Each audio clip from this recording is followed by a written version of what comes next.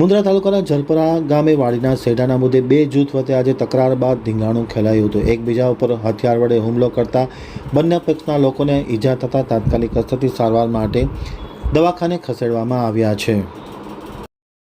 હવે જોઈએ મુન્દ્રા આમતક ન્યૂઝ બ્યુરોનો એક વિસ્તૃત અહેવાલ। મુન્દ્રા તાલુકાના જલપરામાં વાડી સેઢાના મુદ્દે તકરારમાં હોવાની વિગતો પ્રકાશમાં આવી રહી છે।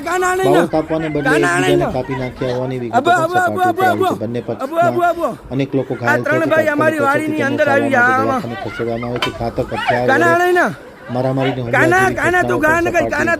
બંને પક્ષે વિડીયો શૂટ કરી સોશિયલ મીડિયામાં સમગ્ર ઘટનાની ગંભીર અને તપાસ હાથ ધરી છે। આ ત્રણ ભાઈ મારો આંગણો આ